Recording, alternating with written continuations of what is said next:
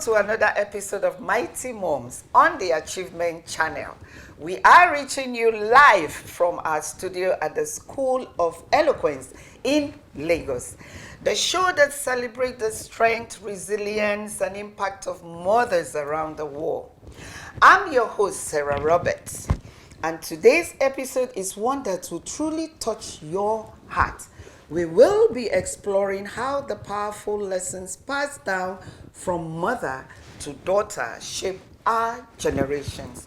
With over 30 years in the legal, oil and gas, human resources industry, Olushola Sowemimo has tremendously succeeded in the agro-food business field.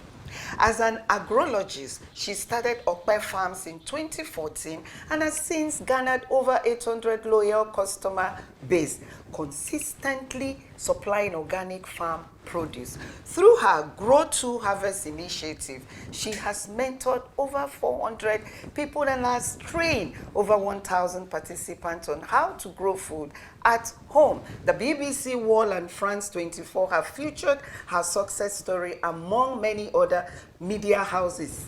Olushola is married for over 39 years to Mr. Sowemimo, son with 3 children and a grandson. And she's a mighty mom on the show today. She will be sharing timeless wisdom her own mother taught her and how she's passing those lessons to her children. These lessons aren't just how to navigate the world, but also how to shape it for future generations. It's lovely to have you on the show today, Mrs. Sowemimo. Mrs. Sowemimo, today we are talking about those precious moments and lessons that mothers pass through to their children. Could you please tell us your relationship with your mother, or about a little bit about your mother and those things you learned from her in your lifetime? Wow. That woman was, she was a masterclass. My mom was very intentional about everything she did. She was a teacher. And you know, in those days, people would tell you, oh, the children of teachers are always rotten because they spoil them silly. It didn't happen in our house. She was very intentional.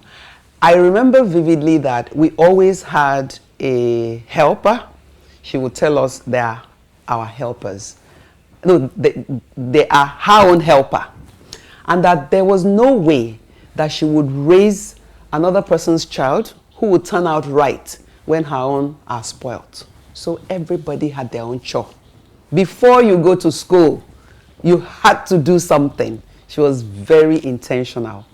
She was very frank and very ethical. So she never gave room for stylishly doing something. If she's not comfortable about something, she lets you know. And she would never, ever keep anybody in her heart. If something is wrong, she tells you and you finish it right there. So as children, these things guided us. She was very stylish. Oh my goodness, my mom was very stylish. As in, especially we girls, when she dresses up, you want to have a look at her. So I think that also affected us because you couldn't, I remember when I was at the university, if I had to go see my mom at her store, I would ensure that I'm looking the part. Because as you're approaching her, you will just see her face turn. If she did that to you, just know you're in trouble. So nobody wanted to give her the opportunity to say you're not properly dressed. She was one of those who would tell you, even if you are going to the market, you must look. You don't know where you're going to meet your future husband. You don't know where the people who want to give you a big job will come across you. So always appear right. So etiquette was in the family before I even went to study etiquette.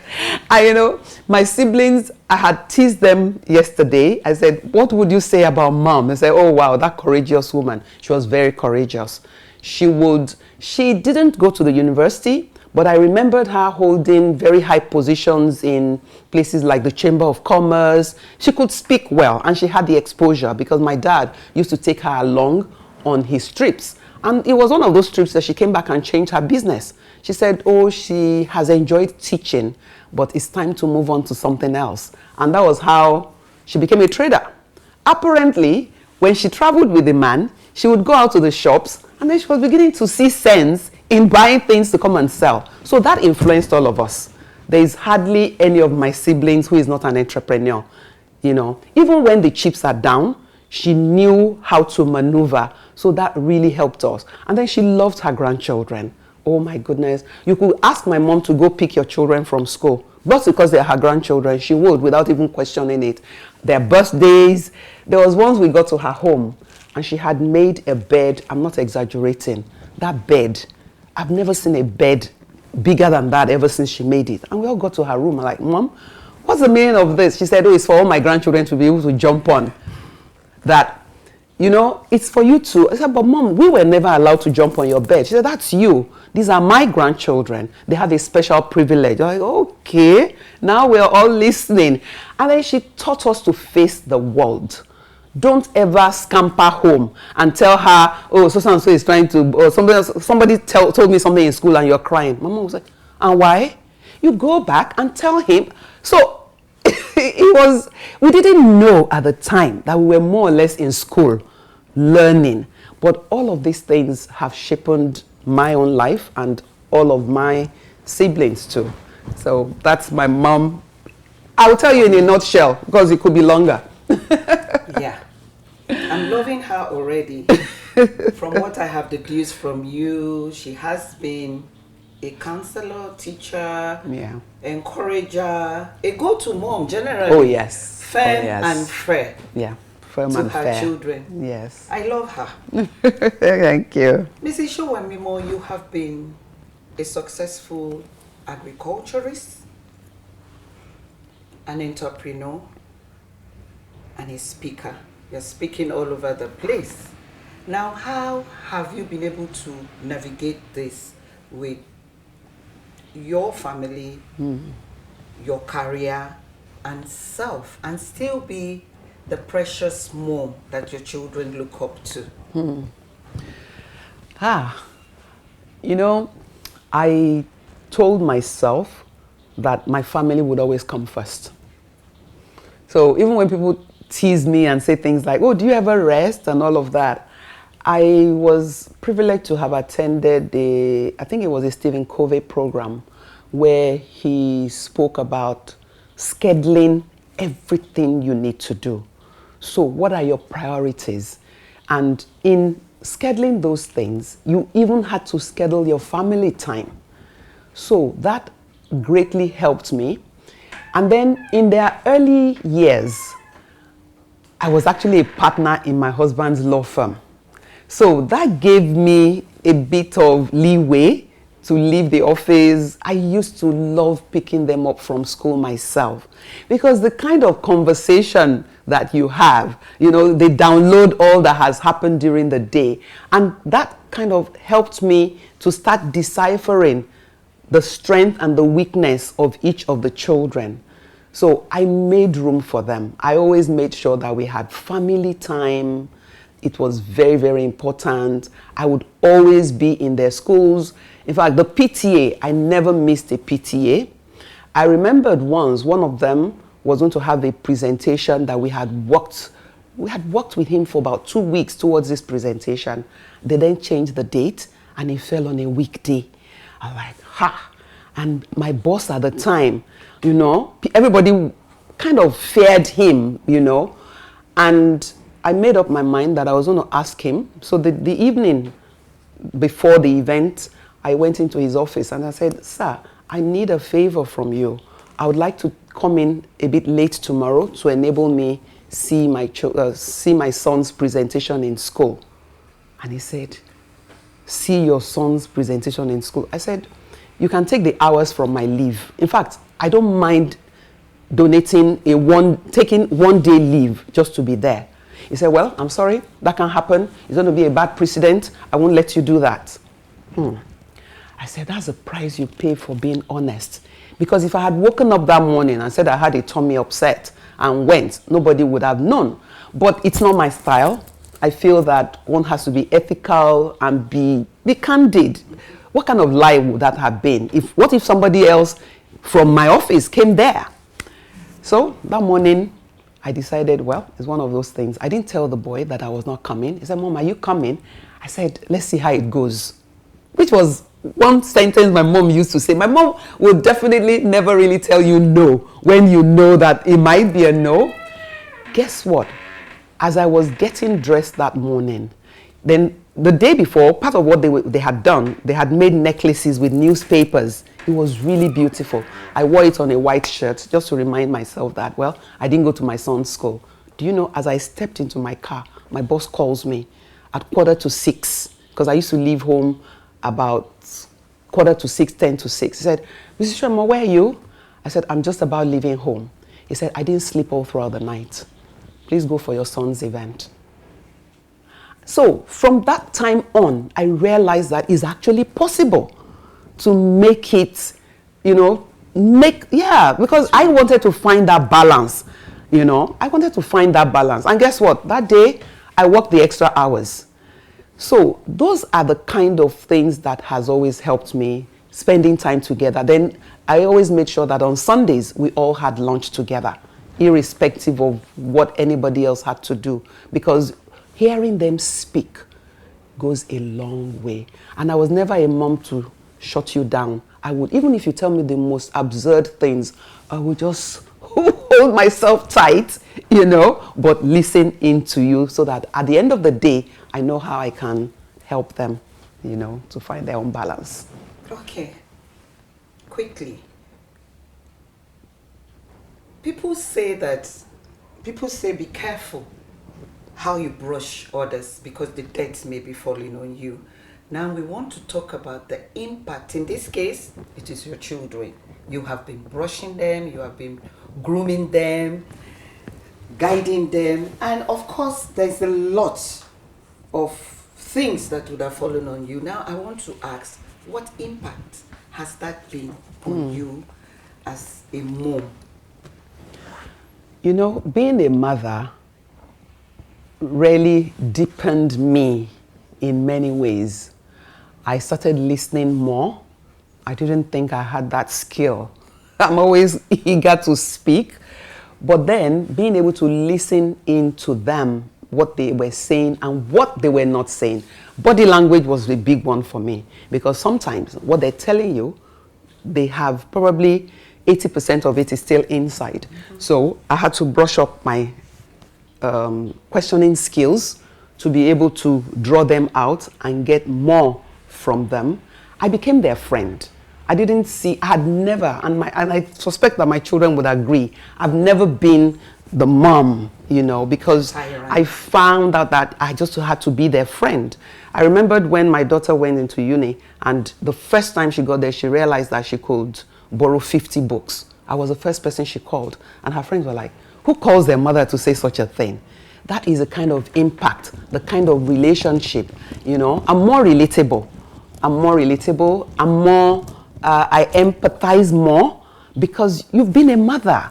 You've seen surprises, that you had to deal with. So I guess that's the kind of impact that being a mother has had on me. Definitely much quieter internally. Great. Now, during child upbringing, there's something they call resistance, especially on the side of the children.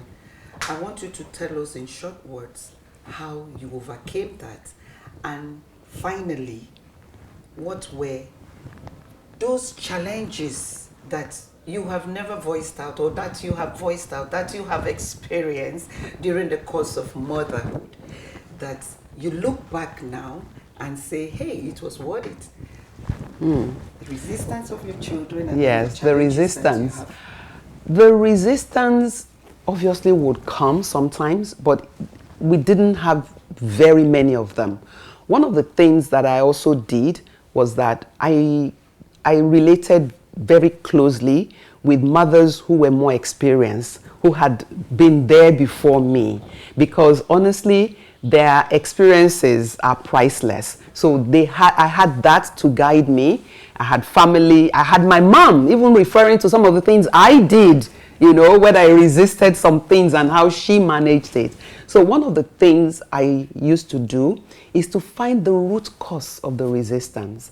Because sometimes it's not even you. Sometimes it's not even the family. It could be their friends in school, you know, who had mentioned something. And then you get home and you say, Mom, I don't want it like that. You know, just because their friend had said so. So I tend to get to the root of it. And then I strike a balance. I do a sort of reinforcement of the let's say the knowledge and the teachings that they had been getting from home to now see how we could find a balance. But I also give them the space, because sometimes some resistance will come and you know that is not, you need to watch it. Is it something you step in like that? Or is it something you just let the child be for a while before you come in and draw them out? But at the end of the day, one thing I always look out for is a win-win. I want the child to be happy, and I want I myself to be happy with whatever decision they take. And now that they are adults, it's amazing when they talk about some of those experiences. Then you asked about challenges. How did you break free from those challenges? I know it's not total. Yeah. Even as a grandmom, you will still have challenges. Yes. How you balance it and not allow it to affect your self-worth. I know.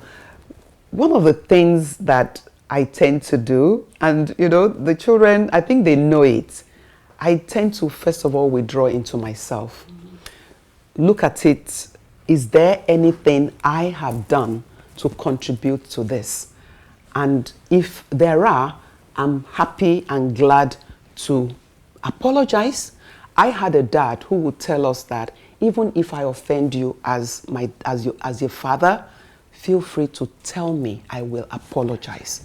So I found out that being able to apologize as a parent, I know most parents would freak out, but I do. I go, I'm so sorry I said that. Or maybe, oh, Mom, I didn't mean it like that. I said, oh, I'm so sorry. I found out that sorry mended very many things. We'll be right back.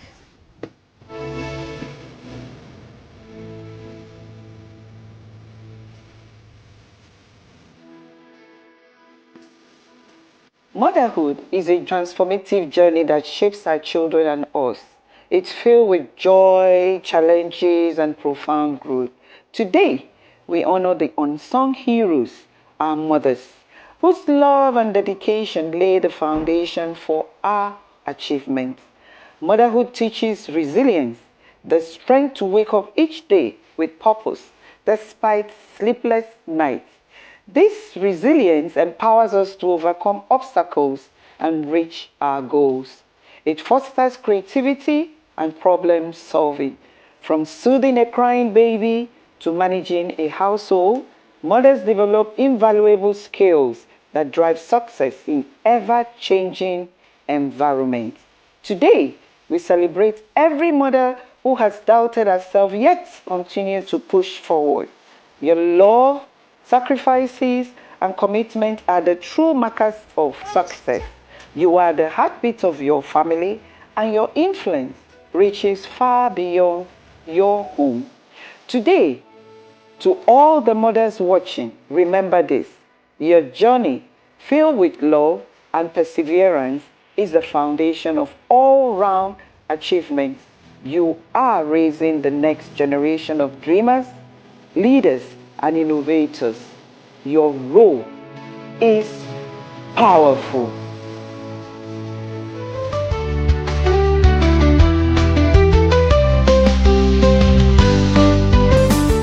Now it's time for one of my favorite parts of the show, our interactive segments, Moment of Connection. This is where we share timeless wisdom for our viewers and also give them a chance to share their own experience as well as their concerns as mother. Let's see what they have to say. Aderonke Oladele on X says, I believe in modesty and respect. I try to instill my own tradition values in my teenage girls, but it seems the more I try, the more they resist, especially having to see everything they are exposed to on social media. I wish I had more control over my girls. The next is from Grace Nwachukwu on X, who wrote, passing values has never been this easy. My kids' grandmother, that is my mother, has been very helpful, but I fear that they would begin to prefer her presence to mine. Should I be worried? Different dynamics, different problems, different issues.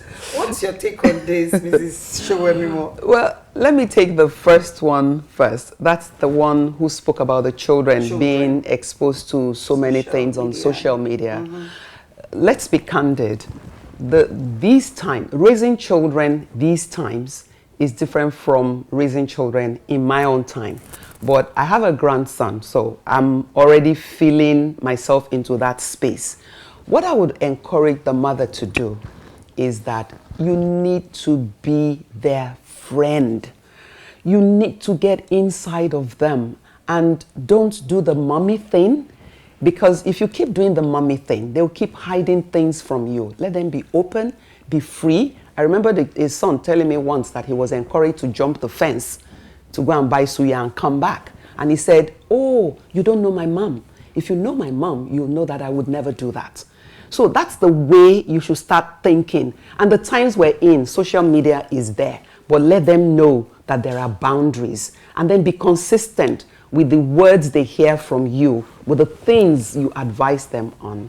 Very important. Thank you. The next one is yes, the one about her mom. You know, I remembered reading a book, Our Mothers Were Right After All.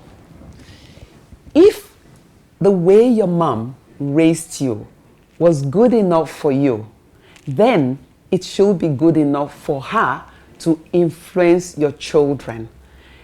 The only thing I would suggest is that you need to be in that moment with grandma. Reiterate those things that grandma says, and if you have experiences from when you were a child yourself, there's nothing bad in sharing it, because there'll come a time when those values will be together, what would hold them together and give them a stronger personality.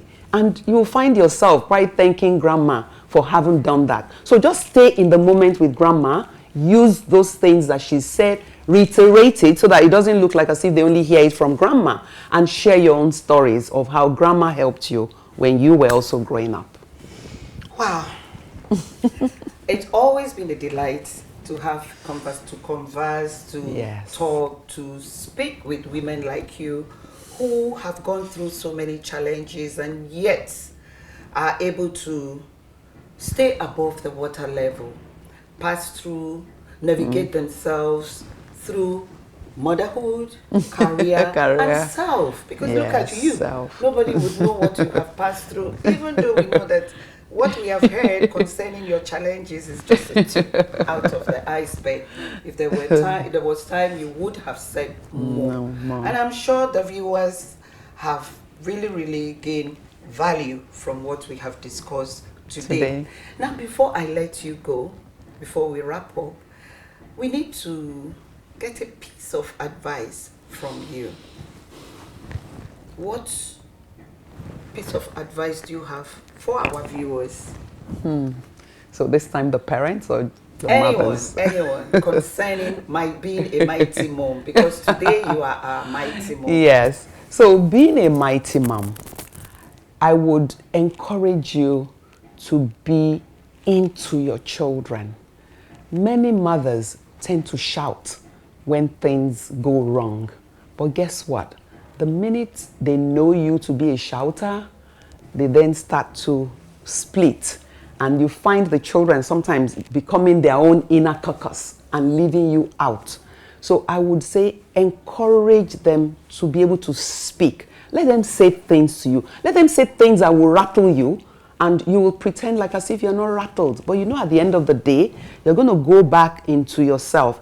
When children hear the positive words, more like affirmation that you give them, they will always remember it. My last is over 30, and he still says, Mom, I always remember those things you told us when we were much younger. Be their sounding board. Be open to the currents that are flowing out of them. Thank you. Let's go on a short break. Mighty Mom returns shortly.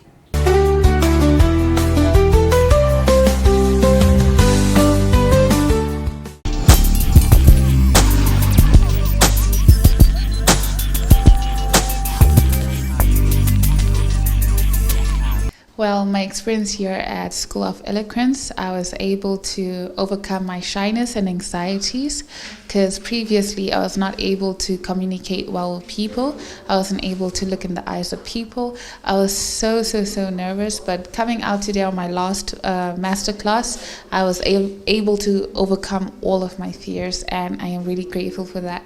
Thank you so much, School of Eloquence. School of Eloquence, teaching the world to speak.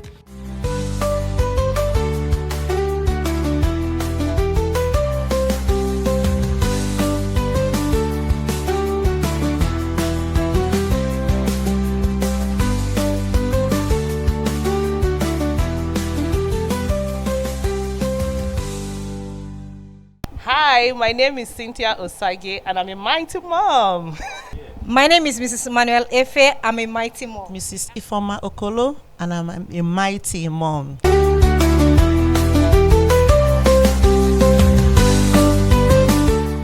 And thanks to you viewers for staying with us through this refreshing episode of Mighty Mom. Join me again next week for another great conversation with a mighty mom. I'm Sarah Roberts. See you next week.